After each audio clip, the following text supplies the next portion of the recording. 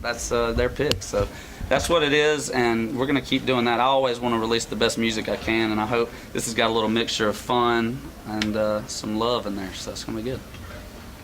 So the essay that you wrote for Hellfest and the Dear Nashville, the letter, it was a love letter, and it was so sweet. And I want to know, where was that? Was that in the works before Sunday in the NSAI Award, or was it? It was something that I had been wanting to do, you know, but I think when I found that out and that I was, you know, that I won that award, and it was just the right time. I think I've been in Nashville 9 years, and you know, I try to, the way I, you know, spend my time on the road, the way I play my shows, I try to, you know, always thank Nashville. But I hadn't been in writing. You know, I write songs for a living and get to sing them, but you know, I just know how powerful words can be, and I hope that, you know, this town and everybody that read that, my fans, people, I mean, they're all included in that. That's what it was about, because it took me 9 years to get to this point, and winning the you know, Songwriter Artist of the Year after a song like You Should Be Here, a song that, like you've heard me say, I moved to town to write that song. I never knew I was going to have to, but that is exactly why I moved to this town, to write a song like that, to help others, because you know, country music has helped me, and I just want people to know how thankful I am, and I hope everybody knows they're included in my career. It's ever since Chillin' It, man. It's been, everybody's seemed to have my back, and I get to do what I love, and I just glad I get to do it around y'all. So thanks. Even though we can't spell your name right, Dirks was telling us the other day that that you told him that he's one of your main influences so much that he almost believes it now. Talk about that relationship. I know. I think he's tired of hearing that, honestly, because Dirks, I mean, I'll never forget, from his first album on, ever since What Was I Thinking came out, I mean, just every song, every album, it wasn't just the singles. I was covering songs in college that never saw the radio, just every song on his album, because I just loved his music that much. And you know, for somebody to influence me that much and want to write songs and make people feel the way he made me felt when I listened to his music, you know, it was amazing to finally get to meet him and realize that he's just as good of a guy as he is an artist and songwriter. And that's what's, you know, people like that is who we can look up to and learn from, because he's been around a lot longer than I have, and he has the best, one of the best reputations I've ever, you know, heard of in this town, and that's because he's a good guy too. And the fact that we get to tour together, I mean, this is all like, hopefully one day I'm going to be headlining, but this is how I want to go out if I'm headlining anytime soon. Dierks Bentley is one of my favorites. So what can fans expect from the Down Home Tour? You said you're going to be playing more intimate shows. Are you going to throw in some old favorites with the new stuff? What can fans expect? You know, that's what we've been doing. You know, it's non-stop. We're getting done with the FGL tour, trying to figure out what our set's going to be like. We want it to be a different experience, and I think, you know, these down home session songs is going to make it different. That's something that we don't play a whole lot of those on tour, so this is where they can hear those songs, and your hardcore fans are going to be the ones that know them. So it's pretty cool to get to build the set with new music. Some of the older down home sessions, we got my singles in there that have you know, allowed me to do the down home tour. Then we have, you know, songs I've written for other people. We may break it down, do some different versions, acoustic stuff. I've got my tour, John Langston, Cole Taylor, Travis Denning, guys that are right where I was just 4 years ago, I feel like. And to take them out, give my fans an experience of, you know, some guys I believe in and that were in my shoes not long ago, or where I was not long ago, and I'm you know, just glad to take them out. So fans are in for a lot of energy. We're gonna mix it up, not gonna give any secrets away, but nothing crazy production wise. We're taking it back. Like, heck, when I started playing bars, I didn't have any production anyway, so it's you know, we're gonna have a good time up there, and it's just gonna be like it was when I started 10 years ago, you know. Well, you've been touring the Florida Georgia line. Has there been any writing on the road, either for the down home sessions or for a future project? You know, we've written several songs on the road. None of them are on this down home sessions, but you never know. I mean, that's when you're out there on tour with Florida Georgia Line. You got Jaron Johnson from Cadillac 3. I mean, there's so many writers out on the road. I mean, they have their own bus out for writers and stuff, FGL does. So it's been a great environment out there. And me and Brian Kelly, actually last weekend, we were hanging a little bit after the show and had an idea that we're going to write Saturday. So I can't tell you about it yet, but remember that hopefully we'll make some magic on Saturday. I love the idea, and we're excited about writing. So we're going to end the tour with at least writing that song for sure. So. You talked about some of the people you've been on the road with, like Florida Georgia Line. What have you learned from artists that you've opened for that you're going to carry with you on this down home tour? That's a great question, and you know, I've been on tour with a lot of my favorites, and I think honestly just how it all works, mostly how to treat people on tour. I've always, you know, wanted to treat people the way I want to be treated, and it's just a different world on tour. I mean, that's making sure your openers have, you know, stuff they need to, food, just everything. I mean, to take care of people that, you know, are out there busting their butts trying to make it, and that's what, you know, everybody's done for me. They've always treated me like I've been around forever, and I hadn't, you know, and that means the world to me. It just, you know, for me, somebody that wants to headline, and I am headlining this down home tour, but you know, bigger venues one day. I just think you're crazy if you have the opportunities I've had, and you don't take a chance to learn, because, you know, I wouldn't be where I am without all these tours, and the fact I've got, you know, had the chance to learn from the names I've been on tour with is, I don't think you can ask any more than that. So I'm just excited to, you know, like I said, pass that along and just, you know, help people out the way I've been helped. We have another song that's doing pretty well on the charts. Talk about Middle of a Memory. Just tell us a little bit about that song. Oh yeah, man. Middle of a Memory is another song I wrote with my buddy Ashley Gorley. We're here, you know, celebrating another song today, but that is, you know, it was one of my favorite songs on the album. Trying to tie this into the down home sessions, and this right quick is there was a song on one of my down home sessions called Kiss. That was the name of the song. We were writing, me, Ashley Gorley, and Zach Crowell were writing that song, and in the second verse it says, "Girl, you left me here with half a beer in the middle of a memory."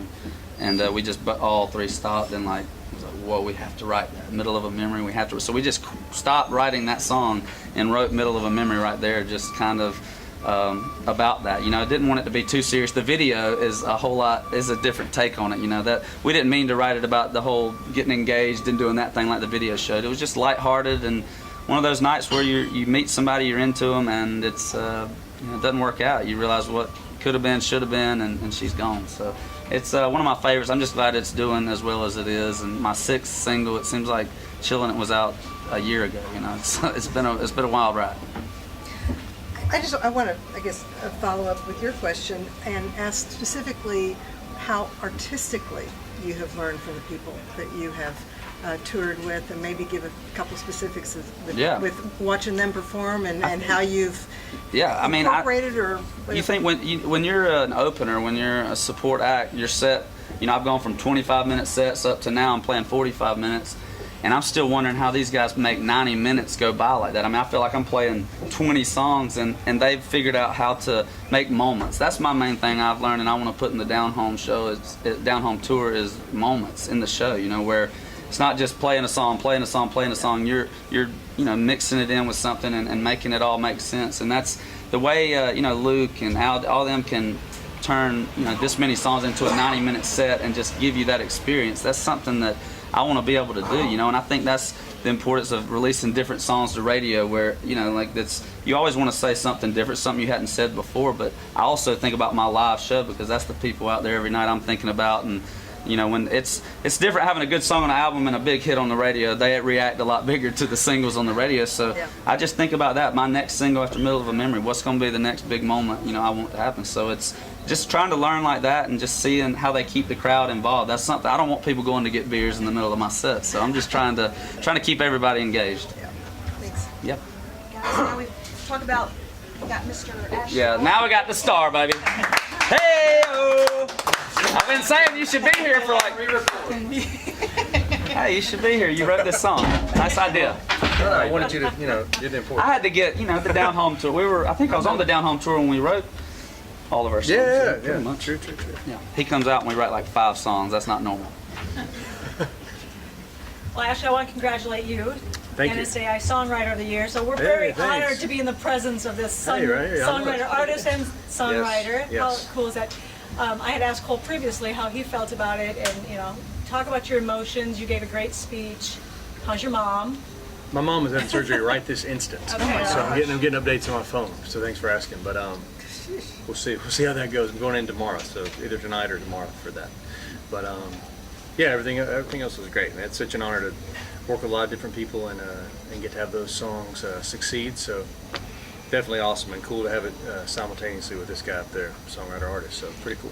Yeah, I wish I could have been there that night. I had to send in my video. Yours but it was still good, well, thank too. you, but I He was wanted, not for watching me. Grey's I wanted, Anatomy. There's a new one. I wanted to be there for people like him. It's not, like I said, I get plenty of credit on the road for singing the songs, but it's the songwriters. This party today, this whole thing is about the songwriters, and there ain't a better one than this guy. Thank you. Talk about the process of You Should Be Here. Talk about the emotions you went through just writing that song. Both of you. How did you just tell him how you got the idea? And that was. Oh yeah, no, it was like Cole said earlier. We wrote 4 or 5 songs out for probably a 2 or 3 day weekend or something like that, which is very fun. Cole's different than a lot of artists where he's a songwriter first. He's got the ideas ready. He's rolling.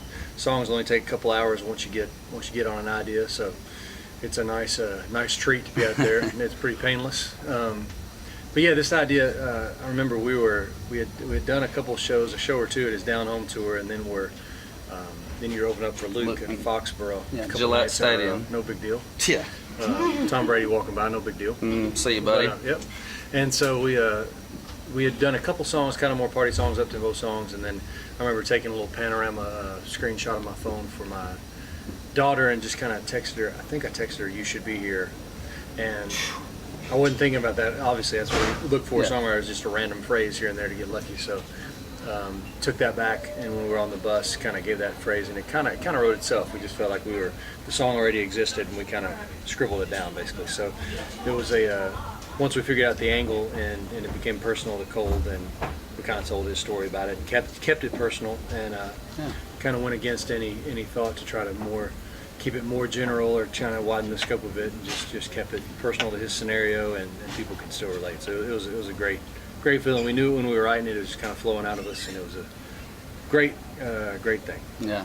I mean, titles like that, I remember when he said that, I wasn't even, all I could say was, please let me write that with you. And he's like, that's why I just brought it up, and I just knew when it hit me, just titles like that, and the way, he said that, missing his family, and me, here I am having lost my dad, and he says a title like that, and I wanted to write it, and he wanted to write it to where, it was special to me, but also to where other people could relate, because I'm not the only one that's ever lost somebody. I'm not the only one that was missing somebody, but that's what I love about country music. That's what I love about songwriters and stories, being able to put those words, those feelings. I mean, from the first lyric to note of the song, it just feels like, I don't know, it's got that feeling about it, and that's it's what we tried to do, and it's crazy how a song, I've gotten stories from people that are missing people, and when we wrote that song, he was sending a picture to his daughter. Now we're here at the #1 party, and he's getting updates, texts about his mom, and it's just, that's, songs can take on a new meaning like that, and that's why we're lucky to,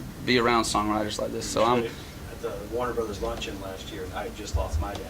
So I was at lunch crying because of you. Thanks. Well, no, it's just, and I get to play it live. That's why I'm glad, Ashley, we're getting to have this party, and you get to, talk to him, because I get to play it live, and that's, we didn't write this song for an award. We didn't write it about that, but, it's rewarding every single night when I get to see people. I see tears in their eyes, and I just get to let them know that, hey, I'm just like y'all. We're just country music fans like you, and I'm glad that we wrote a song this special. I told him earlier in a text that I'll never have another #1 party this special. I can't imagine that. So Thank you both. Yeah. Well, on that note, and we talked about this earlier, Cole wrote an essay this week about his love for Nashville, and in that, about the songwriting community. Actually, can you tell us how you feel about the songwriting community? Maybe give us some examples. We've talked about that before. I didn't know anybody in the whole state of Tennessee when I moved here, so there was no hookup. There was no, if something goes wrong, run to this person or anything like that. And so I think I read some of what he wrote about just being embraced by the community. So it's very, it's a brilliant community, very, very creative and artistic, but they also have the doors open all the time to the new guys coming in off the bus and coming in from their cars and going to school. I went to Belmont here, and it was I would just walk down to Music Row and just kind of look around, like, all right, what's going to happen here? What can we do here? And I would try to intern and learn and listen as much as I could. Stay up all night trying to figure out instruments or trying to figure out how to do it, and was embraced in that. So Nashville is home for me, and it'll always hold a special place. And I always tell people, if you're looking for somewhere you can kind of walk around, you can play a random show tonight if you want to, or you can get listened to, and you can, it's there for the taking, and it's a very, very particular community like that. It's a very one of a kind thing. That's why everybody's That's why there's U-Hauls on the interstate every few cars, people trying to move here. Yep, that's right. Did you say it was a brotherhood goal? I mean, I think so. You know, you're in there, and it's, you know, it depends on what kind of song you're writing. But me writing a song like "You Should Be Here" and not being afraid to tear up and say what I feel. I mean, you got to be comfortable doing that, you know. But it's, I would say it is. I mean, we've all got each other's back. You know, anytime I have something happen, I have my buddies texting me, and anytime they have something, you know, I try to let them know I'm watching. I see that, man. That's amazing, because like I said, it's not why we do it, but it just feels good to know that, you know, people in this town especially appreciate what you're doing, because it's the stuff like you just heard. You don't hear about all you see is him having these number ones. You don't really realize how much work goes into that. That's not, people don't just move to this town and have number ones. You work at it, and that's, I think, if you're around good people, it just only helps your chances. And Nashville's full of. I love people that are from out of town. It's like, everybody's so nice here, and I'm like, that's how it should be. Yeah. That's how it should be everywhere, you know. Nashville's unique. I mean, the relationships between work relationships and friendships. I mean, really deep conversational friendships are just blurred, and they all melt together. You know, the same people we're writing with, trying to have success with, the same people we're watching a ball game with, or talking about our kids with. So it's a really one of a kind community. So we're proud of it. It's been amazing to watch this song develop into the career-defining song you always predicted it would be, even back when none of us had ever heard it. You were saying that. Yeah. So now I wonder, how every night do you deal with having this emotional time bomb in your set every night that also... Stay and enjoy. You guys have 2 more interviews. Okay. 2 one-on-one. One-on-ones, huh? One-on-one ball. Oh, you bring your ball? I wish I did. You're all trapped in together. One person is one big happy family. Got my phone here. I should have grabbed yours. No, you're good. We're gonna do that just right back there by the bar. Gorley, I'll let you go first. Oh no, we're just saying. We're Knock just 'em out. You're good, my man. All right, see you, man. Good, you're good. See what I reel in. You got me at that lunch last